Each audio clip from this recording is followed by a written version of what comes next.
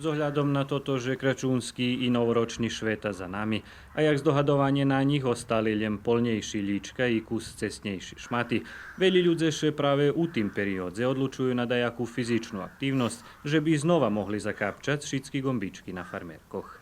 Dejan Budínsky taký problémy nemá, poneže prebehne kolo 10 km každý deň bez ohľadu na chvíľu. Ja treniram najbardziej preto, bo ľubím. Ľubím bežať, ľubím trenirať, čas provodiť zvonka, bo generálno v dneškajších časoch veľa še preprowadzuje času nuka, veľa še šedzi za televizorom, za kompjuterom.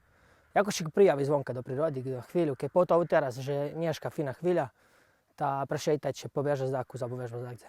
Nešický taký pošvecený zdravomu sportskomu stylu života jak Dejan. Tato tých, ktorí poteraz mali vyhvárku, že vonka žimno, budú mušiť zdumať zdaco inše, pretože še od toho roku sportská hala u ruským keresture zohriva a u nej môže trenírať skoro každý sport. U hali teplo, hala še hreje toho roku i najste fantastični uslovija máme. Što se dotika, mi máme veľkú salu, tu sme teraz, znači, gdje parket i máme napraveni 3 mali sali, kde še bavia mali sport.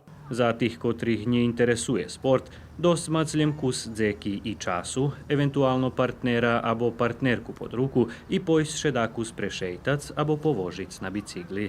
Apsolutno aktivnost i po vonku na świeżym vzduchu, znači znova vibrat sebe. Čim je odvituje baže rano stanuc, pojše prešpacirat, lebo može i dakus prebehnuc, znači džogirac, či u večarších hodzinoch. Na koncu všetko môž postihnúť, len treba počať.